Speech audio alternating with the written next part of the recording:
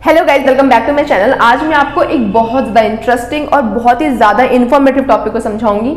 आज मैं आपको बताऊंगी क्या सच में एक शुक्राणु को बनने में 72 दिनों का समय लगता है। और अगर आपके मन में ये सवाल है तो उसका जवाब है जी हाँ, बिल्कुल एक शुक्राणु को बनने में 72 दिनों का समय लगता है। तो अगले पल आपके मन में एक और सवाल आ सकता है कि अगर एक शुक्राणु को बनने में 72 दिनों का समय लगता है तो हमने तो ये भी सुना है कि एक स्वस्थ आदमी के शरीर में हर सेकंड 1500 शुक्राणु का उत्पादन होता है। तो कौन सी बात सही है, हर सेकंड 1500 शुक्राणु वाली या फिर इस 72 दिनों में एक शुक्राणु वाली? तो ये बहुत ज्यादा कंफ्यूजन की बात है कि नहीं है? तो अगर आपके मन में भी ये कंफ्यूजन है तो आज मैं आपके इस कंफ्यूजन को पूरी तरीके से 100% क्लियर कर दूंगी। अब देखो, मेरी बात को समझने की कोशिश करो। आप इस कॉन्सेप्ट को माँ और बच्चे की कॉन्सेप्ट से जोड़ के देखो। जैसे कि हमारे देश में हर सेकंड बहुत सारे बच्चे पैदा होते हैं, लाखों बच्चे पैदा होते हैं, लेकिन उन सभी बच्चों को बनने में 9 महीने का समय लगता है।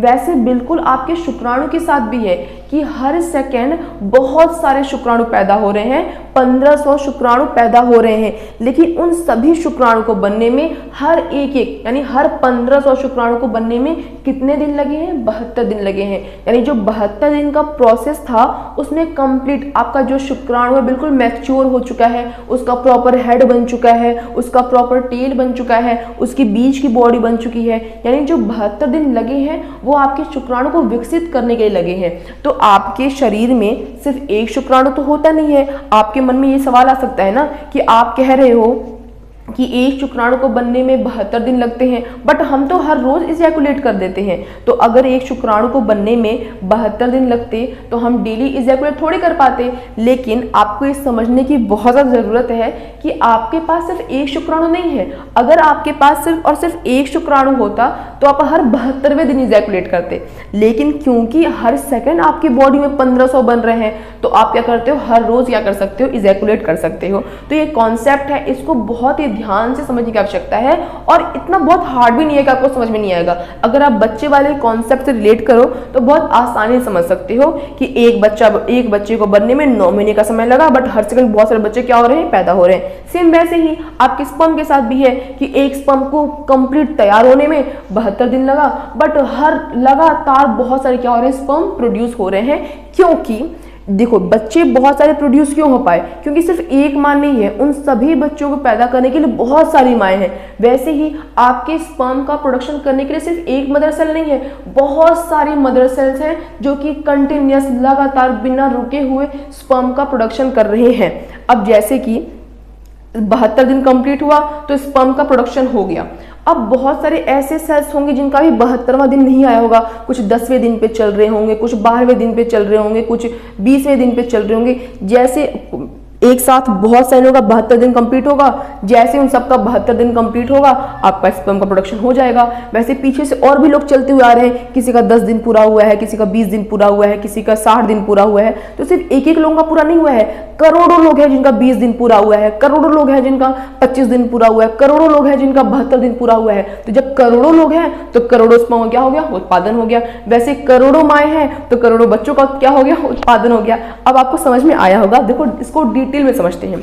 सबसे पहले देखो, लिखा हुआ है कि एक शुक्राणु के उत्पादन में 2.5 महीने का समय लगता है। वैज्ञानिक दृष्टिकोण से देखें तो इसमें 72 दिन लगते हैं। 72 दिन बिल्कुल निश्चित भी नहीं होते हैं। 72 दिन निश्चित क्यों नहीं होते हैं?